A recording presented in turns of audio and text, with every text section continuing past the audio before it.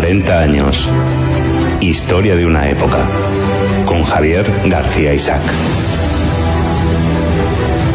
Pues estamos en 40 años en Historia de una época. Estamos con J.F. Lamarra y estamos cerrando la trilogía sobre la vanguardia española, vanguardia seca, vanguardia de Barcelona. Ha pasado por distintas fases. Efectivamente, hay que decir que si la vanguardia española es la etapa de expansión, en principio la vanguardia a secas no tendría por qué haber sido, digamos, una caída. Sin embargo, yo creo que por poner un titular, la mayor característica va a tener el periodo que podemos citar entre el año 88, aunque vamos a pasar un poco antes, pero para poner, digamos, al último representante, al último vástago del linaje, del año 88 al año 2014, es el cambio de modelo de negocio de un medio que era de ámbito nacional a un medio otra vez de ámbito, aunque no les guste la palabra, autonómico.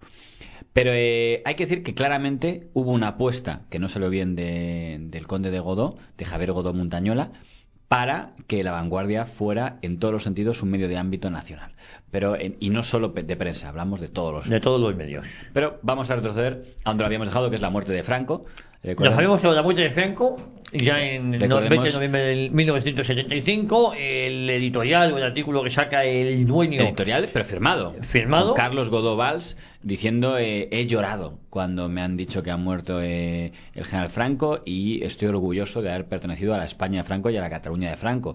Yo creo que en Cataluña no hay un pésame equivalente salvo el de Samaranch, que son, digamos, los dos pésames que hay esa noche de dos catalanes. ¿Cómo digamos. le pesaría a más de uno de esos pésames? No, al hijo desde luego. Al hijo, y eso que yo creo que el hijo en aquel momento también simpatizaba, lógicamente, es lo que había mamado en casa.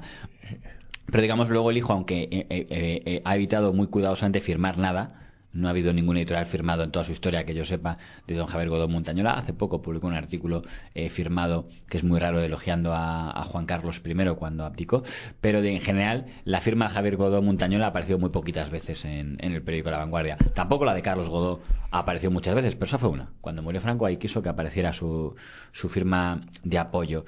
Hay que decir que Carlos Godó Valls, que vive gran parte de la democracia, demostró lo que había sido toda su vida, que es alguien experto en adaptarse, digamos. Lo que pasa es que no llegó en la etapa de Carlos Godó Valls, que muere en el año 88-89, no llegó en ningún momento a hacer nada que fuera radicalmente contrario a sus principios. Esa adaptación era, si se quiere, una comparación muy parecida a la que podría hacer en el mundo, digamos, de Alianza Popular, ¿no? Ese tipo de evolución de que conoces un poco, pero no reniegas de tu pasado, simplemente, digamos, insistes poco en la parte de tu pasado que te parece que debes insistir. ¿Y qué es en ese momento el Grupo Godó? Que ya empieza a usar el término Grupo Godó. En aquella época la idea de un multimedia no existía. Por tanto, un gran grupo mediático, ¿cuál es? El que tiene muchas publicaciones. El que tiene muchas publicaciones. Y Godó tenía muchas.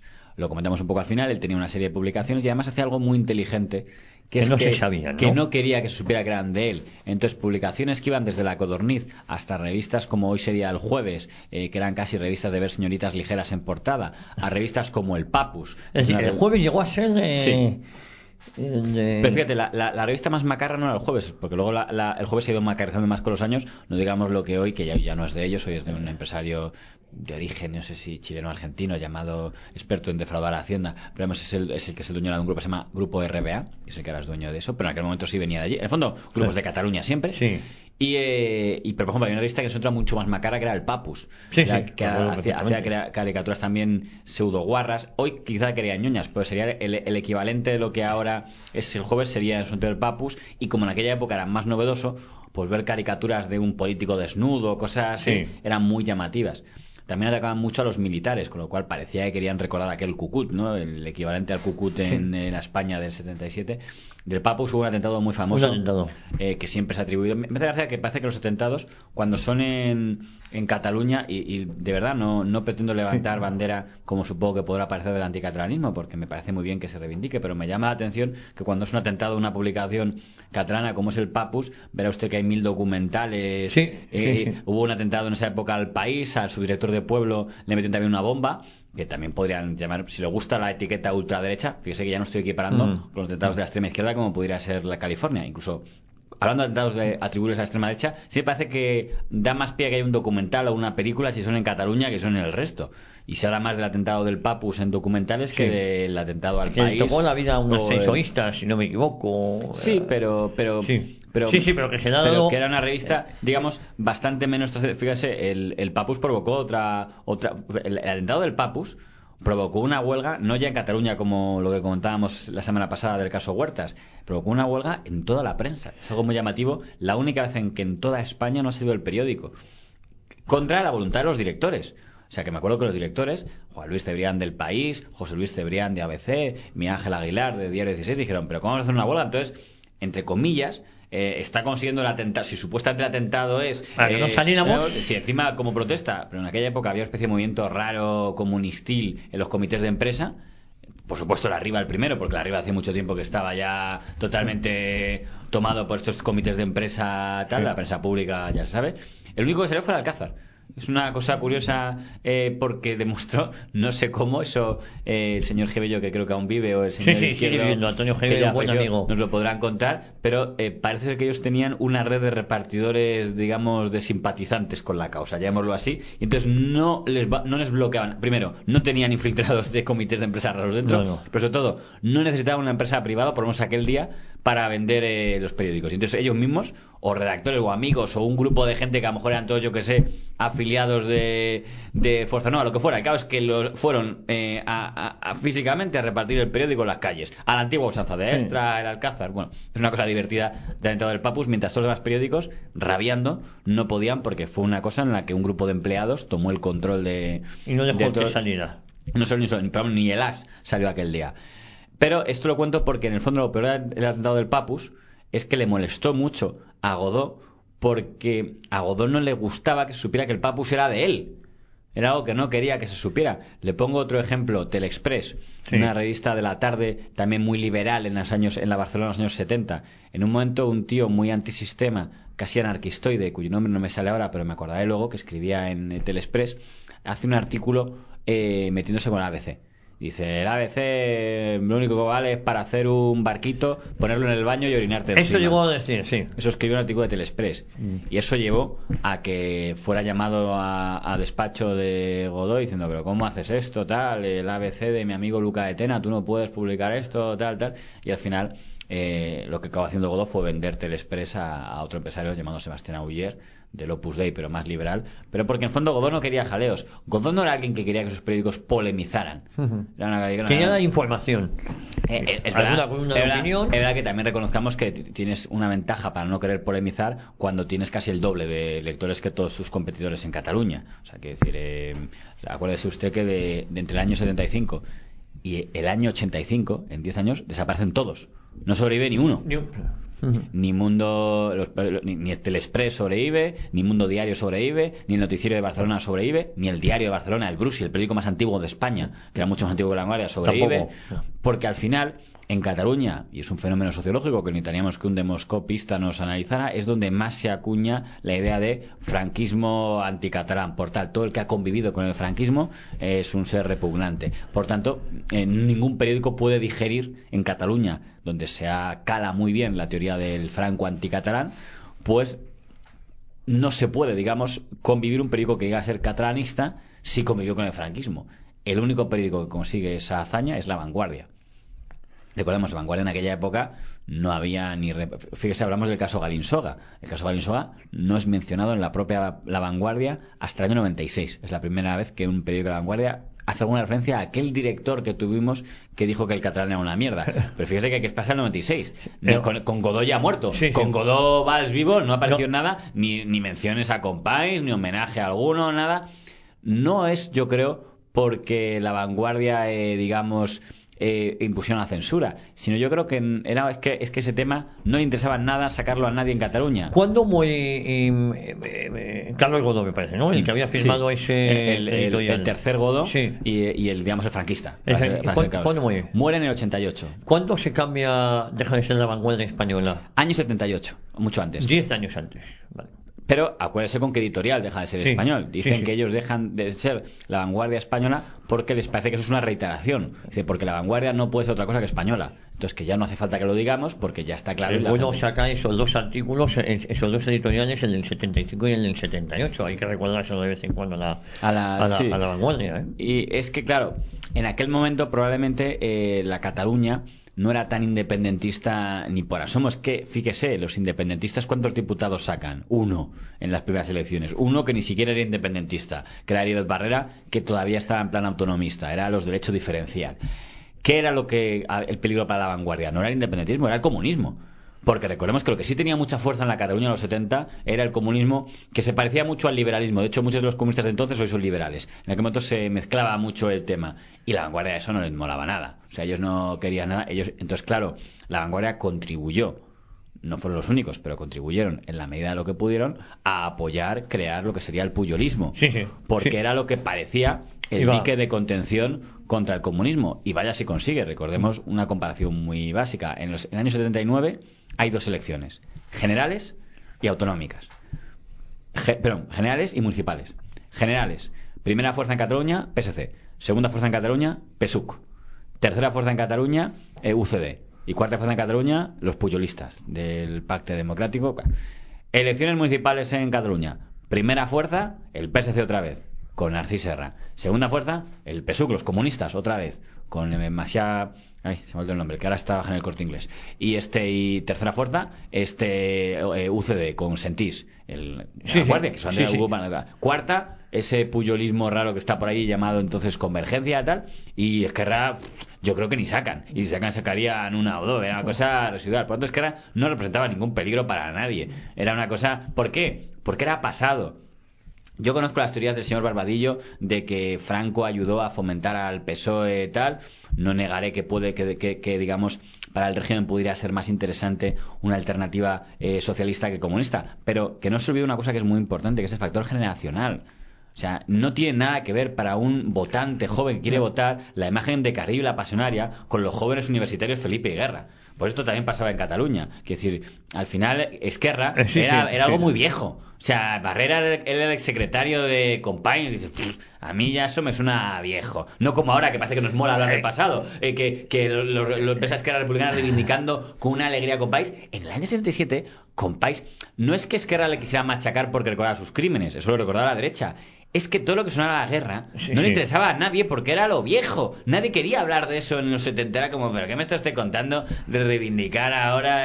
Ni el PSC, ni siquiera el PSUC, ni Pujol no tenían ningún interés en que el tema fuera hablar lo que hizo la Generalitat en los años 30. Nadie quería recordar a esa Generalitat. Claro, porque las cantidades de crímenes que habían cometido y además lo sabían ellos mismos. Pero además, una pregunta que ¿por qué no se hacen ellos? ¿Por qué Tarradellas, cuando hace con una actitud que merece ser estudiada de negociación política y de estrategia política brillante para conseguir que el rey Juan Carlos I rehabilite la Generalitat de Cataluña, ¿por qué no hace ningún comentario a Companys? Si teóricamente, o sea, cuando Lumumba en el Congo le dan independencia, lo que dice es, y quiero reivindicar aquí a todos los que han matado, él no dice, vamos, ni media palabra, y quiero dedicar, ahora que he vuelto Jackson aquí, y quiero desde aquí recordar a nuestro último presidente Companys. Ni por asomo lo hubiera mencionado, porque Tarradellas no le interesaba nada que le vincularan a él con aquello, pero ni a él ni a nadie. Y eso que Tarradellas, si no me equivoco, había sido consejero. Había sido compañero. Lo que pasa es que se fue rápido, pero bueno, su antecedente tendría cariño personal. Lo que pasa es que, ya digo, Companys tuvo una gran ventaja, y esto es muy frívolo por mi parte, pero bueno, de cara a su imagen, del tema del martirio. Y pongo un ejemplo: cuando Companys se quiere exiliar, él propone a lo de Azaña Aguirre, dice, oye, vamos a hacer una foto que va a ser, además de un amigo fotógrafo, y te vas a cruzar la frontera a la vez. Tenía esa obsesión de igualarse con Azaña, y Azaña dice que no quiere, no le interesa nada, aparte que Azaña, y lo deja escrito en sus memorias, considera desleal la actitud de la Generalitat hacia la República. Pero bueno, es un tema personal de Azaña, porque Azaña en la última etapa considera desleal a todo el mundo. Al final parece que lo único leal es él, pero sobre todo no le interesa vincularse con Companys, porque ahí está Orwell, quien más ha contribuido a destrozar la imagen de toda la República es lo que ha pasado, los 10.000 muertos de Cataluña. Por tanto, nadie le interesaba vincularse a eso. El hecho de que Companys, que por una desgracia familiar, por el tema de un hermano que tiene deficiencia, se queda en Francia, y por eso cuando llega el tema nazi se lo entregan a España, eso lleva a que se convierta en un mártir y a que, digamos, su figura pueda ser un poco rehabilitada por el independentismo. más casi por mártir que por su gestión. Pero bueno, pero eso tarda en llegar. Estamos hablando ya de algo que empieza a darse en los años 90, pero hay ya llega la nueva generación, pero años 70, 80 no era un hombre que la gente interesaba recordar. No, si volvemos a esa etapa, cuando Luis Companys es entregado por la Gestapo, estaba en París, es entregado al gobierno español, hay que recordar que en París vivía Picasso, vivían insignes comunistas. Al gobierno español no le interesaban otros comunistas, le interesaba pero por el martirio que él había provocado el gobierno español, en Cataluña. Yo creo que hay una cosa en la que se equivocó, que pensaba además que Companys podía tener información de cosas que no le sirvió, porque me acuerdo que cuentan ahora estos... sabe que ahora aparecen las fotos porque apareció la ficha y tal, y se ve las fotos que demuestra que estuvo en Madrid, que aunque le ejecutaron en Montjuic, estuvo en Madrid, donde fue interrogado en la Puerta del Sol tal, y parece ser que pensaban que a lo mejor tenía información del oro de Moscú. Companys no estaba vinculado con esa parte del exilio que se había ido. Entonces dicen que parece ser que figura que el interrogatorio le preguntaron, se le ha preguntado y no ha dado ningún tipo de información sobre el oro robado desde el punto de vista de los franquistas a España durante la Guerra Civil, con lo cual ahí aportó poco. Recordemos que había dos cosas que hacían imposible la salvación de Companys para la mentalidad de la época. Uno, los crímenes a los que usted hace referencia, y dos, que ahora parece que a una gran parte de la sociedad eso le importa menos, pero en aquel momento intentar disolver el Estado español era casi tan grave como un asesinato. O sea, aunque dice, bueno, ¿cómo va a ser posible? ¿Cómo se comparar haber matado o haber permitido o haber fomentado que ejecuten a tropecientas personas, curas tal? Pero también dolía mucho lo de intentar disolver el Estado español. Era algo que además estaba muy marcado yo me he apellido Gasol del Cuarto y claro, a él, parte de mi familia, le responsabiliza directamente de era el presidente de Generalitat, con lo cual es muy difícil mirar para otro lado. A varios primos, hermanos de familia política, directa mía. Entonces, lo de Companys era una espinita que había ejecutado, se había pasado auténtico terror en la Cataluña y en la Barcelona. Ahí hay algo muy raro, que es la burguesía catalana en bloque. Apoyaron todos el alzamiento nacional, ya fuera desde el exilio o presencial. Tenía tanta lógica como la burguesía vasca y los Ibarra apoyando el bando nacional, porque repitemos, los comunistas que tienen en su hoja de ruta, digamos, al patrón, al paredón, pues tiene cierta lógica, porque todos los patrones apoyan al bando nacional. Pero curiosamente no han tenido ningún interés por reivindicarlo, algo que yo nunca he entendido. Una vez TV3 hizo un documental muy llamativo, que es del año 94 o así, sobre la ejecución de Carrasco y Formiguera. Carrasco y Formiguera es un político de Unión, cristiano pero catalanista, que ya decía que es una nación. Le ponen el fundador de Unión, lo que luego hará coalición con Convergencia. Ese, si me ha dado el nombre ahora, ese Franco, cuando se entera que lo tienen, esa es la versión que cuenta Manuel Aznar, que parece bastante viable, intenta usarlo para canjear a una mujer que ha sido detenida en la Cataluña de Companys porque era telefonista. Y esta, como telefonista, le llegaban órdenes de lo que iban a pasar. Van a ir a llevarse a no sé qué cura y tal, y entonces les avisaba antes. Entonces intenta hacer... Dicen que salvó la vida de varias personas. El nombre es algo así como... Se ha hecho clan o algo. Luego me acordé, bueno, esta telefonista, yo creo que era de Valencia o lo que sea, bueno, la pillan, se dan cuenta que está usando el teléfono para salvar la vida tal, bueno, traición tal, detenida. Y entonces dicen que el franquismo intentó decir, oye, tenemos a Carrasco y Formiguera, canjeamos, nos pasamos, liberáis a esta señorita y nosotros liberamos tal. No hubo suerte. En la Cataluña de Companys fue ejecutada. Hay que decir que está enterrada en Valle de los Caídos. No me sé el nombre, pero sí sé que está enterrada en Valle de los Caídos. La telefonista, sí. Y eso dicen que ella dice, bueno, pues sí, lo será por ahí. Entonces, Carrasco y Formiguera, una vez falló el canjeo, pues diciendo, a la puerta. Bueno, no sé si sabes que lo mismo pasó con el hijo del general Moscardó. Cuando Luis Moscardó es hecho prisionero. Sí, esa historia es muy famosa, la llamada de la milicia. Pero se le quería canjear por el hijo de Largo Caballero. Eso no sabía. Al hijo de Largo Caballero fue por parte del bando nacional, siempre toma la iniciativa en esto. Oye, dejar al hijo de Moscardó, que nada tiene que ver con esto, y soltamos al hijo de Largo Caballero y nos mandáis.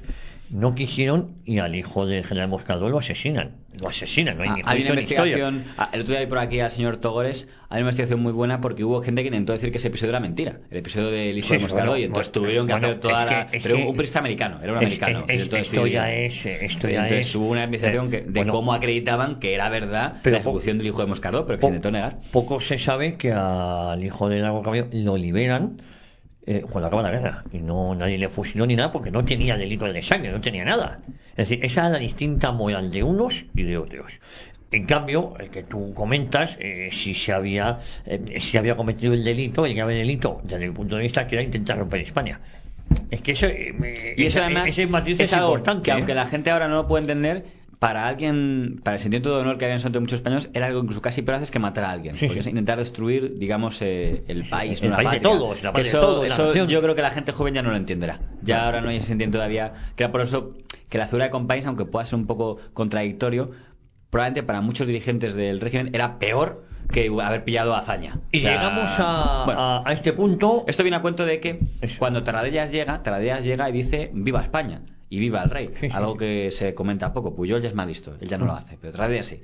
Por tanto, la vanguardia no tiene ningún problema en abrazar el autonomismo, porque el autonomismo viene con un viva España y con o sea, un radical, digamos, de la época de Macía, el coronel Macías, si hubiera estado vivo, hubiera dicho qué mierda con perdón de autonomía si viene aplaudida por la vanguardia y con Visca España, porque eran, digamos, los dos símbolos de España. Solo faltaba la Virgen de Montserrat. Digamos que la vanguardia era una garantía de que esa autonomía está dentro de España, porque esto lo apoya la vanguardia, que es, digamos, el mayor órgano, digamos, de la monarquía. Vamos, sobre todo lo que más ha tenido siempre los Godó es el reconocimiento a la figura de los Borbones. Son los más Borbones de este país, yo creo, mediáticamente hablando, más casi que los Luca de Tena. Luca de Tena es más monarquía española, y en el caso de los Godó ha sido muy vinculado a lo que es la familia Borbón. Siempre se atribuye una gran amistad, tal. Bueno, pero también son empresarios. Y si quieren ser empresarios no bastaba solo con tener La Codorniz, Mundo Deportivo y un montón de revistas guarras. Tenían también que jugar a otra división. Y esto es una cosa muy importante. Y es la jugada más importante del niño que tiene Godó. Godó sigue mandando, Carlos Godó sigue vivo, vejecito, pero tiene al niño, que es Javier Godó Montañola. Y Javier Godó Montañola, un tío que dicen de un carácter agúlico, muy poco dado a las negociaciones, pero con la ambición de un empresario, dice, tenemos que apostar por la radio. Hay que tocar la radio y la tele. Eso, digamos, es lo que Eso dice ya el hijo de... Estando todavía el padre, pero le empieza a dejar... El cuarto sería, ¿no? El cuarto y la actual generación, porque sigue vivo. Javier Godó Montañola, una historia familiar muy rara de mujeres y tal, pero bueno, y todo el mundo dice que tiene un gran problema con los casinos. Recordemos que debe ir de familia, porque los primeros Godó eran dueños de uno, pues dice que el problema que tiene siempre Javier Godó Montañola es lo que le gusta pasarse por el casinos. hijo del franquista, para que nuestros oyentes no se entiendan. Eso es, no, además, Carlos Godó no lo puede negar ni él, yo creo que nunca lo había molestado. Nunca es como a Lara padre. No sé los Lara hijos y actual Lara nietos, pero José María Lara Hernández, en democracia ya, él decía, claro que sí, yo franquista da mucha honra. De hecho, no cumplió lo que él quiso, porque Lara dijo, yo soy aquí el único que tiene narices de publicar una biografía de Franco, unas memorias de Franco. Al final nunca se publicaron. No sé, porque parecía, por cómo hablaba Lara, que es que él tenía de algún tipo de documentación o algo que le podía haber dado Franco en plan de amistad, algunos diarios, quitando esto que hizo Francisco Franco Salgado Araujo, nunca aparecieron esa gran promesa de que tenía Lara Hernández, de que iba a publicar en Cataluña, en la editorial Planeta, las memorias de Franco. Bueno, la gran apuesta entonces es Antena 3. Es va a ser la gran criatura que va a crear Javier Godó Montañola. Hay que poner de manifiesto que el gran desafío que tiene Javier Godó y Carlos Godó, los Godó, es un rival catalanista pero progresista. Y ese rival, que va a ser, digamos, el mayor enemigo mediático de ellos, es Antonio Asensio Pizarro. Es decir, que llegamos a este punto que... Estamos años 80. Sigue el padre vivo y empiezan a montar... Asensio Pizarro ha montado una cosa que es mucho más peligrosa para Godó que nada de lo que ha existido hasta es el grupo Z, ¿no? Que es Z. En Cataluña. Con un periódico, el periódico de Cataluña, que le pisa los talones a Z. Es decir, por cierto, ese periódico, yo recuerdo que la primera intención era ser publicado en Madrid. De hecho, se publicó en algunos meses. Bueno, es que Asensio era muy, como todos, no buscaba ser un empresario catalanista, quería ser un empresario nacional, aunque fuera con sede en Cataluña. Lo mismo que le pasaba a Godó. Y entonces lo que decía Asensio es, nosotros vamos a dirigirnos a las clases populares. Dice, la vanguardia se verá en la capital, en Barcelona. Nosotros vamos a ir a todos los pueblos, a Badalona, para que no sea interpretado que La Vanguardia es un periódico de clase. La Vanguardia es el periódico, el que tiene fama de ser el periódico elitista, el periódico que más suscriptores tiene en España, el periódico que lee la gente informada. Nosotros queremos ir a la gente, vamos a ser más graciosos, vamos a ser más impertinentes en el titular. Intentó el periódico con más éxito ser lo que intentó en Madrid, sin éxito, Diario 16. Diario 16 decía, El País es el periódico muy correcto. Corrigen las formas, el ABC y es la derecha. Pues el día 6 vamos a ser los impertinentes. Pues eso en Cataluña mucho mejor lo hizo el periódico de Cataluña, que tenía un arma secreta que era Interviú. El periódico de Cataluña no consiguió... Pero Interviú ya existía antes de que se lo creara el grupo Z, ¿no? No, lo fundó, fue lo primero que fundó en el año 80. Yo pensaba que era más... Vamos a ver. Interviú lo fundó en el año 76. Pues eso... En el año 78... nace el periódico de Cataluña. Y en el 80 ya está igualando el periódico de Cataluña a La Vanguardia. Pero pero ya se llamaba Grupo Z. No era de Antonio Asensio todavía. Sí era de Asensio, pero lo que no era es un grupo. Era un grupo, era el Interview y ya está. Asensio era el tío que había montado Interview y había convertido una máquina de hacer dinero. Lo que pasa es que todo el dinero que ganaba lo perdía luego en multas y condenas. Pero hay que decir que Interview consigue en tiempo récord ser el semanario más leído de España. Yo soy muy amigo de Ingrid Asensio. A la hija, bueno. Sí. La hija de... Está casado con Fernando Sanz. Le ayudó mucho a Asensio porque le metía en series en televisión y tal. Bueno, muy buena chica Ingrid. A Asensio hay que decir que él consigue que Interview triunfe porque es una fórmula de éxito. Que es decir, aparte de las niñas desnudas en portada, también tenía un componente político muy fuerte, muy impertinente y muy transgresor, y una revista muy osada.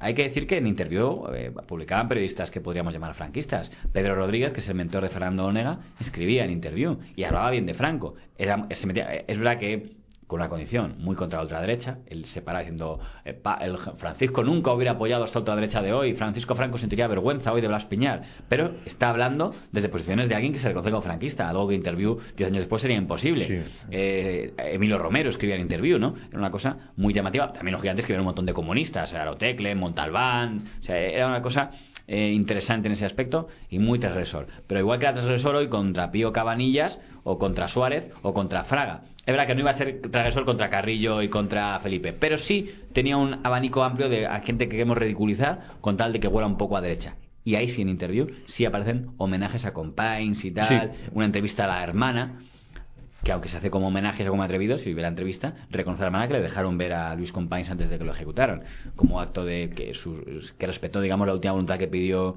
Luis de ser recibido por su familia y se le cumplió. Bueno, todo esto digo para que veamos el modelo. La derecha tradicional, conservadora, es en Cataluña La Vanguardia. Y Z, digamos, más progresista. Ninguno de los dos independentistas ni por asomo. Simplemente los dos catalanistas, los dos relativamente se llevan bien con la monarquía. Asensio también se hizo amigo del rey Juan Carlos. Era fácil hacerse amigo del rey Juan Carlos. Efectivamente.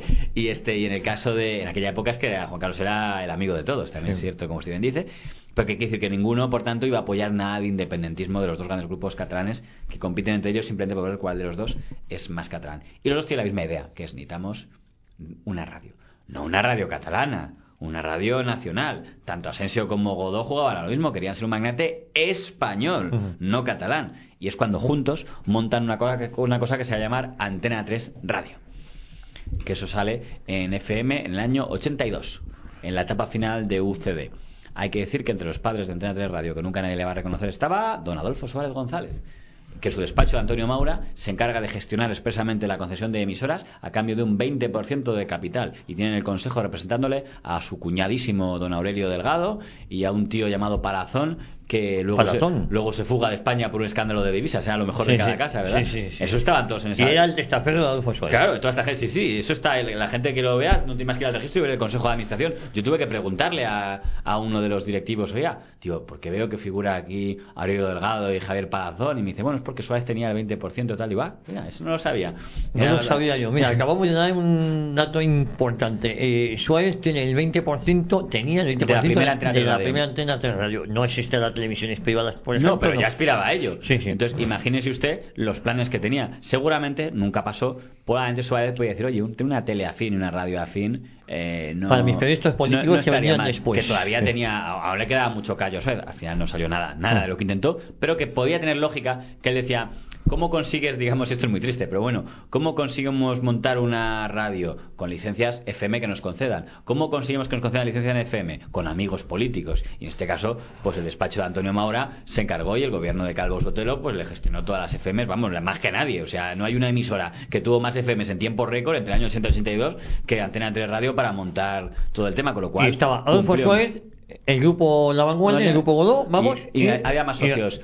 Se quiere meter uno en los de Europa Press, los de Europa Press, que eran Armero y el padre de Antonio Herrero, que se fueron enseguida, pero que también era muy amigo de Suárez y también era otro grupo que estaba por ahí. Y luego Luca de Tena. Los Luca de Tena también se metieron. Y tenía lógica, porque los Luca de Tena habían sido muy amigos de los Godó. Hay una anécdota que me contó a mí Guillermo Luca de Tena antes de morir, porque también hablé con él y me decía que Carlos Godó Valls le dijo... oye, Guillermo, ¿tú crees que mi hijo Javier será un buen sucesor y heredero de todo lo que representa ser un Godó y un editor de La Vanguardia? Y que Guillermo Lucatena dijo, ningún problema, será un digno sucesor tal. Y me dice, y me arrepiento totalmente de lo que le dije a su padre. Con lo cual, sí, porque no cumplió nada. En la opinión al menos de Guillermo Lucatena, no, defraudó todo lo que había sido, según la opinión de... Es verdad que cuando yo entrevisté a Guillermo Lucatena, es el momento que La Vanguardia estaba en su deriva más rara, que sea tiempo hoy, si no al programa siguiente detallaremos por qué. Pero en este quiero centrarme en lo que es ese intento de ser un gran grupo nacional. ¿Cuál es el gran problema que tenía ese intento? Que era muy difícil ponerte de acuerdo en una radio y una televisión, porque el objetivo de Antena 3 Radio era ser el primer paso para luego hacer una televisión, era tener a dos gallos en el mismo corral. Ahí con Luca Altera no hay ningún problema, era amigo de toda la familia. ¿Quién era el otro gallo? Z, usted lo ha dicho, Asensio. Era muy complicado que un monstruo de dos cabezas, Asensio y Godó, pudieran compartir la propiedad de una misma radio y una misma televisión en el caso de que hubiera salido.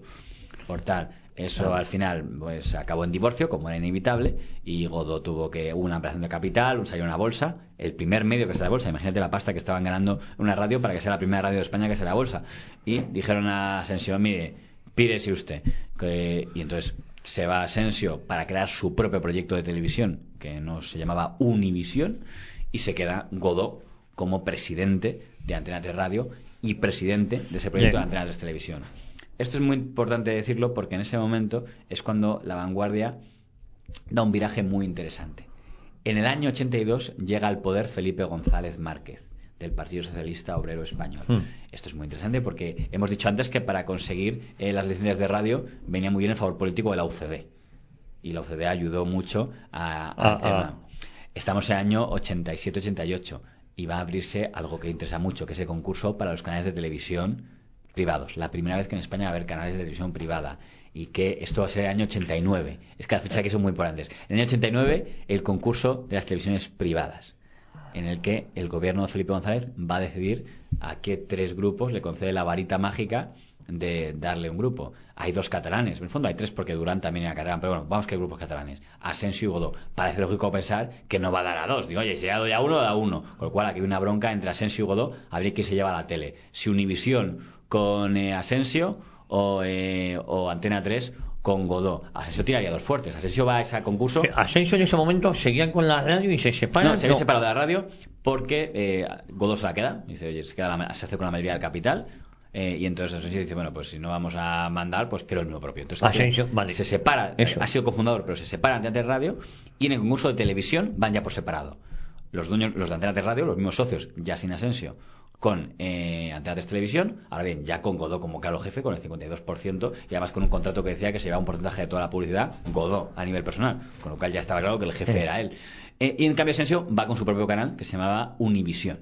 En ese canal tenía como socios a Rupert Murdoch, o sea, Asensio no estaba solo, sí. Tenía a Murdoch, tenía a De La Rosa, que era también un financiero importante, tenía a un judío que se llamaba Jack Hashuel, con Mario Conde, estaba por Oye, si estaba Javier De La Rosa, estaría Conde claro, también. Esos eran los socios que tenía Asensio, y en cambio Antena 3 no tenía grandes socios internacionales en aquel momento, el gran socio era, pero tenía la ventaja de tener una radio que era la que ganaba más dinero en ese momento en este país, no la líder de audiencia, pero sí la que ganaba más dinero, aunque parezca una contradicción. ¿Quién estaba ahí ya destacando en la radio de Godó? García, si no Eso el que más, José María García. José María García, que había pasado por la Radio Nacional, lo deja por la cadena SER, sobre todo, era donde había triunfado, había salido ahí peleado con los Fontán, que eran los que controlaban la cadena SER, y había creado, en el fondo no ¿La cadena SER no estaba todavía en el Grupo Paisa? No.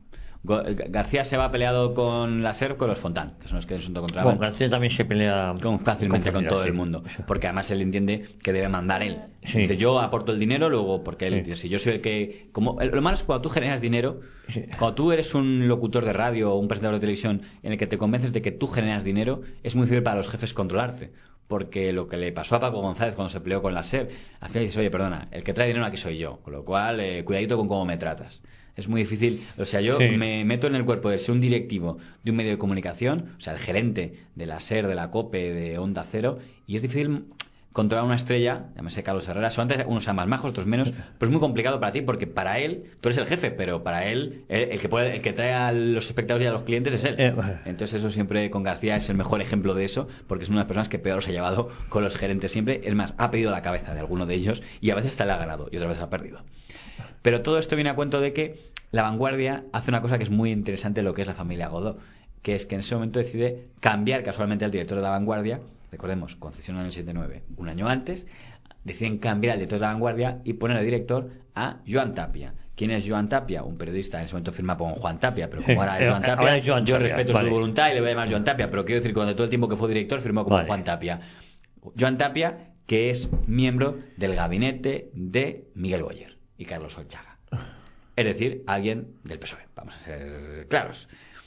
No, qué curioso que La Vanguardia, en un momento en el que está aspirando a ser un canal de estos, decide que es bueno que La Vanguardia no sea un medio especialmente hostil hacia el Partido Socialista Obrero Español y frena un poco la deriva puyolista. Cuando se puso lo del caso Banca Catalana, el director de La Vanguardia, en ese momento es totalmente, vamos, Pujol es nuestro amigo, porque Pujol, ya hemos creado a Pujol, es el dique contra el comunismo ya no existe en Cataluña, el comunismo, en el año 84 los comunistas se quedan en una mierda, se quedan a 4, el PSUC se ha ido a hacer puñetas. Estaba me parece. Antes, ya, o sea, el primero era Antonio Fernández Teixido, que se creyó que podía ganar mucho, Teixido ya se hunde, bueno, su candidato era Bennett, que no estaba afiliado al Partido Comunista, pero era un intelectual que caía muy bien a los comunistas. Eso ya en el 82, cuando ha llegado el arrasar del PSOE, se va a hacer puñetas el comunismo catalán, desaparece, se desploma. Claro, la marca del Partido Comunista, además. Ribó, cuando llega, ya es los restos. Los restos de hecho, él disuelve el PSUC y crea una cosa llamada Iniciativa per Catalunya, que se han terminado de cargar los independentistas ahora. Pero en Cataluña no arrasa el PSC.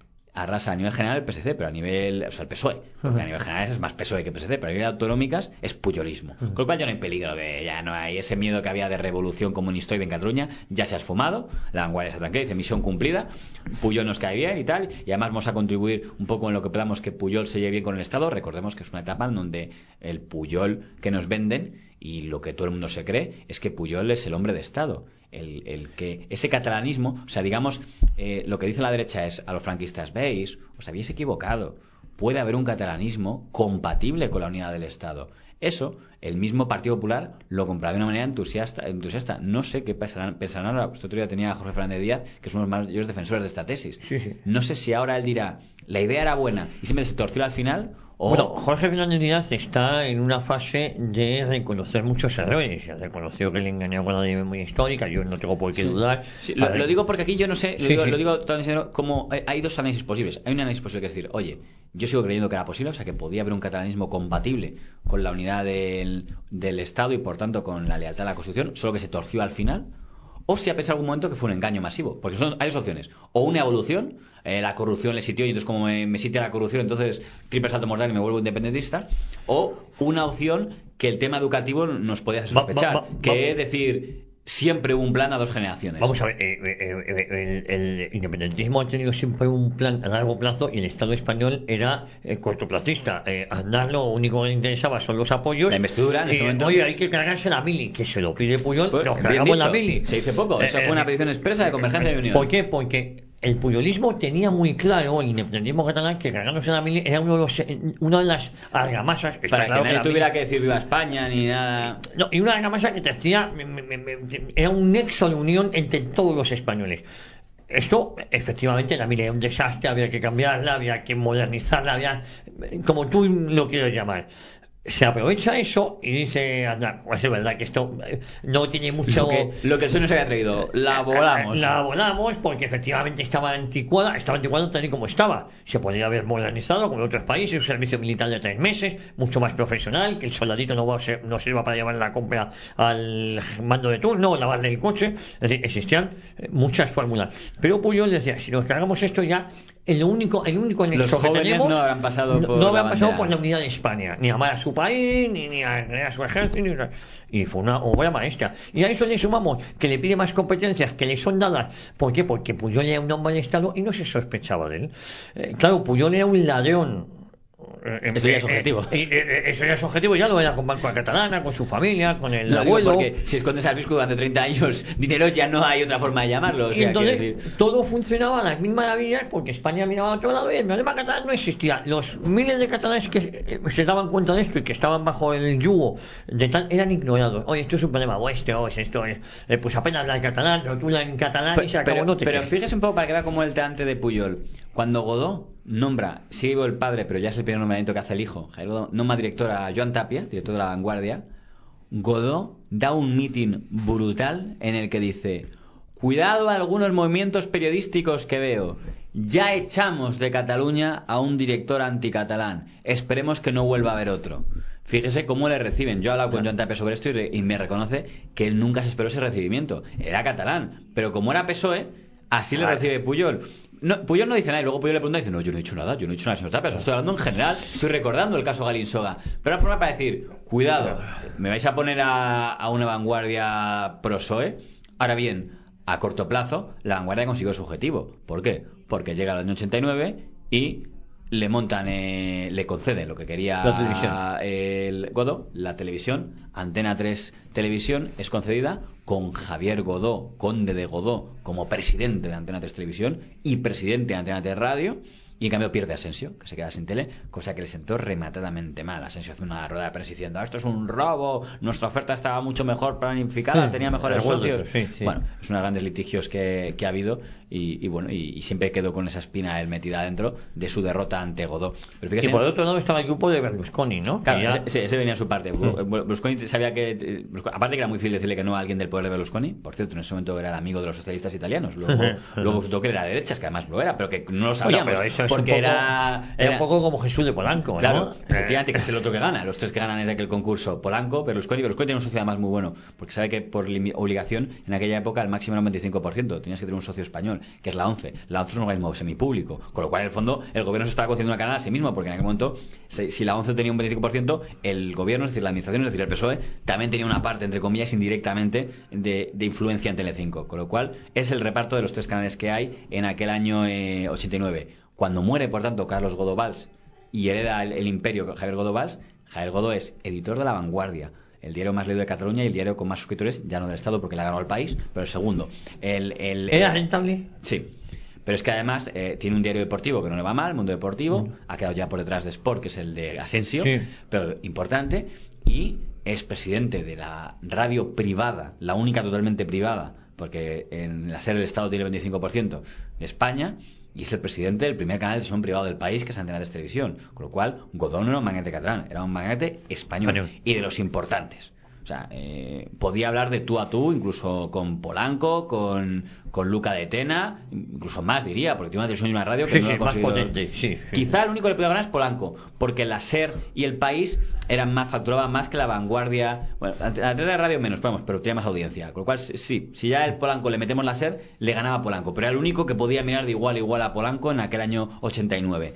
Ese era el Godó, esa es la herencia que él recibe, un magnate nacional. Y eso luego es lo que ha cambiado a día de hoy, que es lo que veremos un poco hoy, más en lo que quede, porque ya veo que hay una cuarta parte, pero es lo que nos queda analizar es por qué Godó pasa a ser el magnate nacional que podía haber sido al magnate local que es ahora.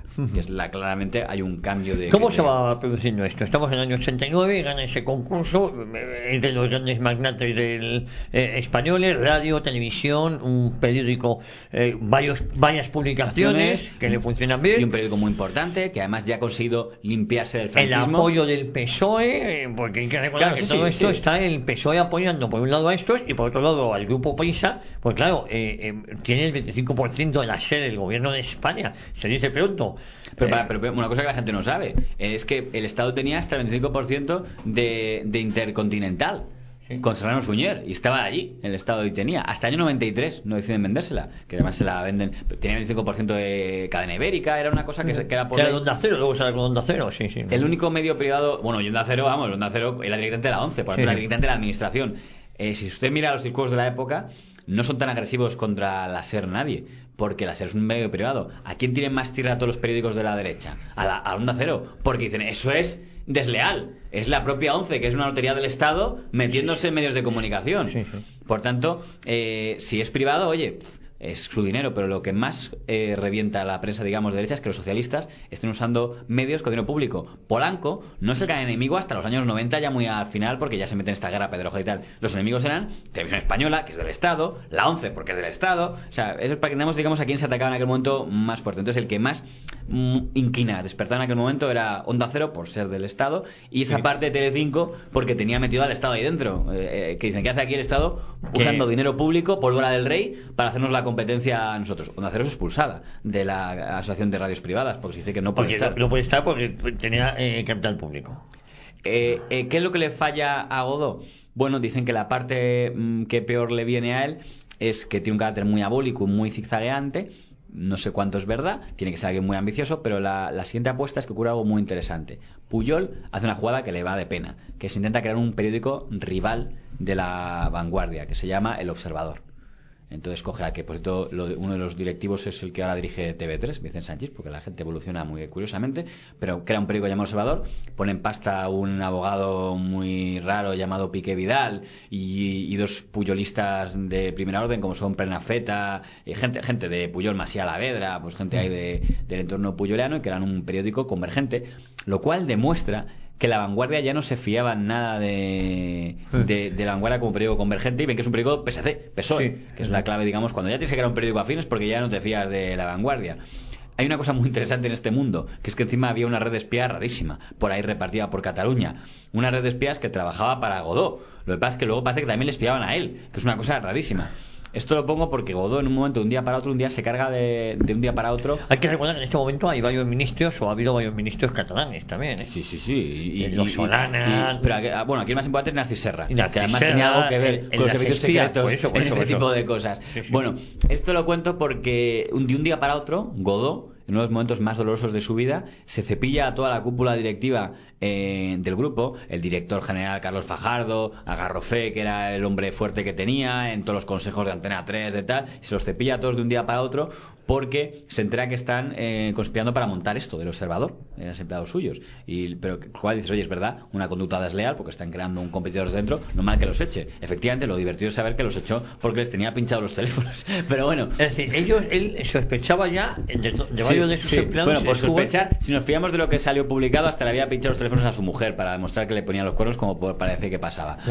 Con lo cual, era una etapa muy extraña en la que todo el mundo espiaba a todo el mundo. Esto de la Camarga que pasó ya tiene aquí sus antepasados. Esto era el Lobo, este que había sido infiltrado de ETA y que no parece que pasa la historia por ser precisamente un angelito en su vida personal. Pues este señor, después de haberse quedado sin trabajo, pues se dedicó a vivir de tráfico de influencias. Para el grupo de La Vanguardia. Y le contrata. Sí, pero que encima sabe quién le había enchufado: Antonio Herrero. O sea, Antonio Herrero le entrevista al Lobo en un día hablando del Lobo, de cómo fue infiltrarse en ETA, y te saca la entrevista y dice: tío, en mi vida es una mierda, me voy a suicidar, no tengo trabajo. Bueno, yo te consigo trabajo. Oye, Godó, aquí un ex espía del CSID. Es Antonio Herrero, el que luego murió abogado en Marbella. Pues Antonio era uno de mis ídolos radiofónicos. Bueno, y es un gran locutor radiofónico. Pero efectivamente fue el que enchufa en el grupo Godó claro, porque Antonio estaba en Antena 3, ¿no? Claro, con José María García y Luis Herrero también. Claro, y entonces se monta esta red de espías en la que esperaban a todo el mundo. Esperaban a Mario Conde, a Polanco, a Valerio Lazarovka, al director de Telecinco. Era una cosa. Lo que pasa es que luego en el juicio,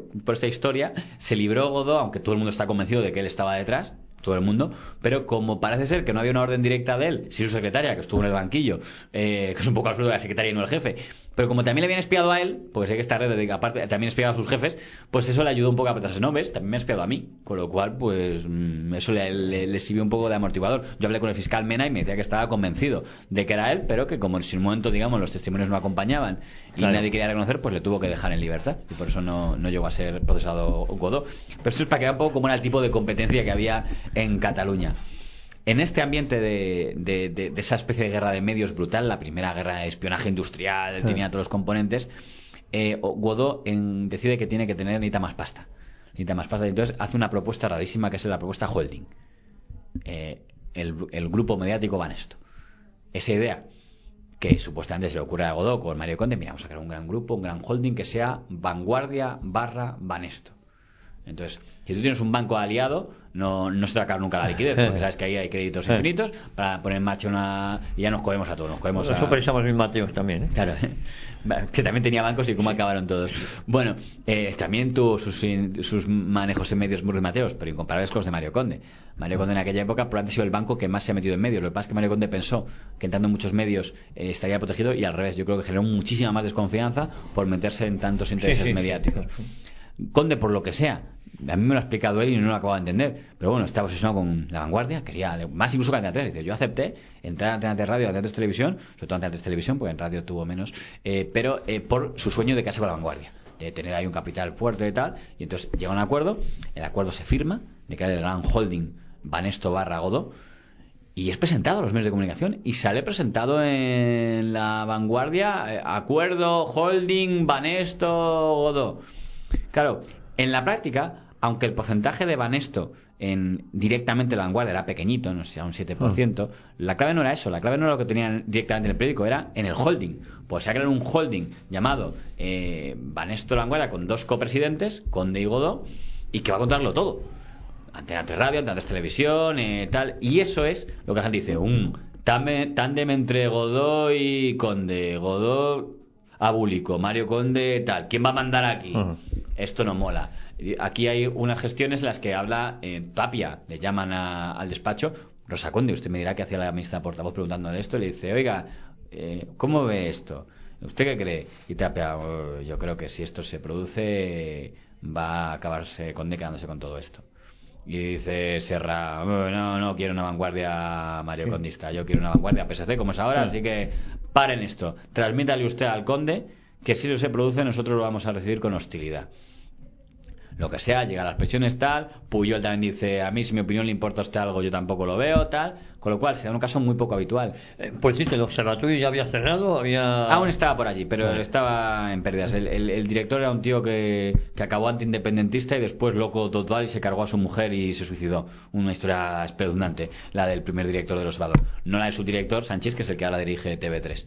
El caso es que de toda esta historia al final ocurre algo que ha pasado muy pocas veces, que es después de estar firmado el acuerdo, pagado, fotos echándose las manos, Godó devuelve el cheque, que eso nunca había pasado. Dice, por favor, anulémoslo todo.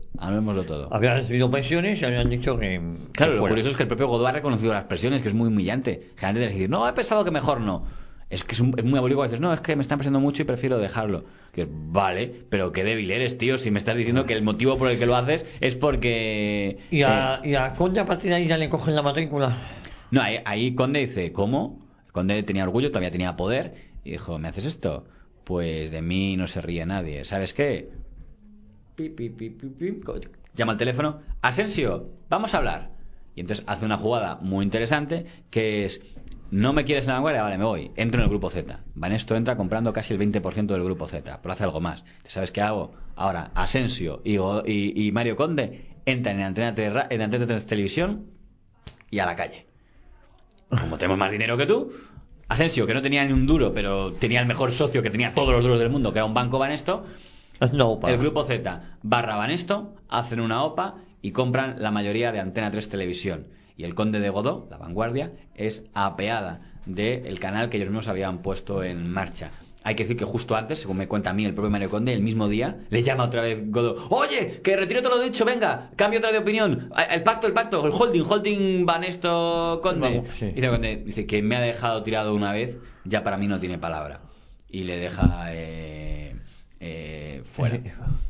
En esta operación, en la que Godó pierde Antena 3 Televisión, no podía pasar la Antena 3 Radio. ¿Por qué? Porque en Antena 3 Radio el 52% lo tenía él. Recordemos que en radio no pasaba con televisión. En televisión nadie podía tener más de un 25%. Cuando Godó lo controlaba, porque tenía el 25%, se había encargado de que el resto estuviera muy repartido. Pero cuando llegan Banesto y Z y por una serie de sociedades suman la mayoría, van comprando a minoristas y se es quedan cuando con todo. Tienen que ser con sociedades diferentes, que es una estupidez. Luego ya se suprimió esa ley porque era estúpida, porque tienes 3 de las sociedades y ya tienes el 58, aunque ninguna tenga más de 25.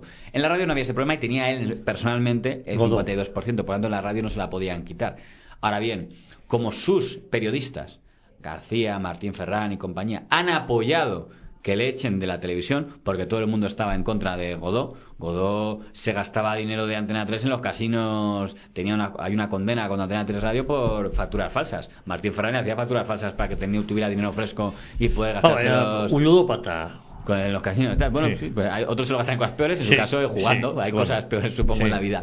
Bueno, entonces ella encima no tenían su respeto como alguien, digamos, emprendedor, como un Polanco o un Asensio. Entonces dijeron, ya está, Asensio. Lo malo es que ellos creían, los periodistas, García y compañía, creían que el banco Banesto llegaba para ponerles a ellos al frente. No sabían que cuando alguien pone la pasta, generalmente es porque quiere mandar él, o en todo caso Asensio, pero no García y tal. Por eso acabaron todos fuera. Pero el motivo por el que apoyan todos el fin de Godó es porque todo el mundo piensa que le van a poner a ellos al frente. O sea, Antonio Herrero, García, piensan que caerá Godó y mandarán ellos, y no cayó en la cuenta que cuando uno se cayó Godó era para mandar a Asensio y Conde. En la radio Pero la radio seguía mandando Godó. Claro, entonces Godó dices, sí, pues como me habéis echado de la tele, yo os echo de mi radio. En el fondo no les echa porque el negocio no se pero es fuera. Y entonces es cuando llama, aquí cada cual coge su teléfono. Si Asensio había llamado, si Mario Conde había llamado a Asensio, Godó llamó a Polanco. Digo, aquí que jugamos a eso, pues yo también sé jugar a eso. Sí. Polanco, que había pedido 1000 veces a la posibilidad de entrar en La Vanguardia, venga, son un capital, un 5% y tal, y no te molesto. Y tú decías, no, porque si Polanco contra un poquito se va a controlar todo. Ahora, como todo el mundo está enfadado, digo, sí, pues ahora llamo a Polanco. Polanco, esto que te he dicho que no, ahora te digo que sí. Entonces Polanco dice, cojonudo, primero, FM, SER ganaba con AM, con lo cual entra Antena de Radio, AM y FM a la vez. Ya tenemos el control absoluto del mercado de la radio, que es el mayor triunfo que ha tenido Polanco en su vida, mucho más que en prensa. No, pues se queda con las emisoras de Antena de Radio. Primero emiten por separado, luego juntos, pero la clave es, tenemos las emisoras líderes AM, que ya las teníamos con la SER, y ya tenemos las líderes FM con Antena de Radio, con lo cual lideramos la radio. Y algo mucho más importante, La Vanguardia, desde entonces y ya para siempre, es un medio orientado totalmente con el Grupo Prisa. O sea, ya no ha habido, digamos, no ha habido ninguna discrepancia que hayan ustedes detectado. Es verdad que oficialmente Unión Radio, que es la emisora de las radios, es donde son socios Godó, y se crea una cosa llamada, un holding llamado Unión Radio, que es un holding únicamente de radio, donde son socios Prisa y Godó. Pero ya el nombre Antena de Radio desaparece. Ya estaban antes, habían salido estos por los enfrentamientos con Godó, y se llama SER.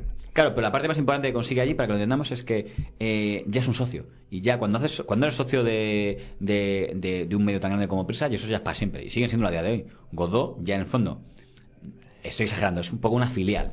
O sea, para entonces del grupo Prisa, Godó Prisa, Godó con más fuerza en Cataluña, Prisa con más fuerza en Estado, pero ya esa alianza. Así, el país en Madrid, La Vanguardia en tal, pero el grupo Prisa sigue teniendo un accionariado en. Hay un accionariado común, pequeñito, pero ya hay una sociedad y por tanto ya son medios socios. Eso es muy importante tenerlo en cuenta. ¿En qué sentido? Ya no. ¿Pero La Vanguardia tiene alguna participación en la cadena SER? No, bueno, sí. Porque lo que hacen es crear un holding común en el que se llama Unión Radio, donde están los dos. Evidentemente a un 80-20, sí, pero ganando Prisa. Pero para que entendamos un poco cómo era, ya es muy difícil aspirar a ser un igual si has tenido, digamos, que pedir el dinero pero a igual da lógico, porque La Vanguardia de esta época estaba muy orientada al PSOE también. Claro, no es ninguna tontería. Por eso usted ha hilado bien en el tema de Joan Tapia y tal, pues sí, que efectivamente entra dentro de esa lógica y está mucho más cerca, por tanto, La Vanguardia de lo que representa Felipe González y sobre todo Narcís Serra, que lo que representaba Pujol. ¿En qué momento lo dejamos ahora mismo para ya rematamos la semana que viene? Bueno, yo creo que en el fondo, al final, como esto La Vanguardia, la gente se está dando cuenta, tiene mucho que ver con los cambios políticos, porque es por eso un periódico, sobre todo una institución, aquí como la Iglesia, de supervivencia, y eso implica que hay que llevarse bien con quien manda. Pues ¿cuál será el siguiente paso? Pues cuando llega el Partido Popular. Y es la parte importante cuando, digamos, ya no es, digamos, La Vanguardia. Ahora en el 96. Llega Aznar. La Vanguardia es un medio, un grupo Godó asociado a Prisa. Prisa va a ser el archienemigo de José María Aznar y sobre todo de los medios analistas. Y durante el año 96, año 2000, esa primera legislatura, Godó, como todos los demás del Prisa, está en guerra contra el gobierno de Aznar. Y fíjate que Pujol es aliado a Aznar. Pero en aquel momento están ahí. ¿Cuándo va a cambiar eso? Año 2000. Porque en 2000 pasa algo muy interesante, que es que Aznar saca mayoría absoluta. Y además saca una mayoría absoluta subiendo mucho en Cataluña. Es la vez que PP es tercera fuerza en Cataluña. Con lo cual, Godó dice, esta enemistad no nos interesa, porque además igual nos interesa sacar cosas de gobierno. Tapia, a la puta calle, en 2000 bueno, no. Vamos a virar otra vez y empezar a ser La Vanguardia PP convergente. Pues nos vamos a quedar aquí en el año 2000 y a todos ustedes muchísimas gracias por su fidelidad. Nos queda un episodio para terminar la historia de La Vanguardia de Barcelona, La Vanguardia de España, La Vanguardia seca. La hemos dejado en La Vanguardia PSOE, que va a pasar a ser PP convergente.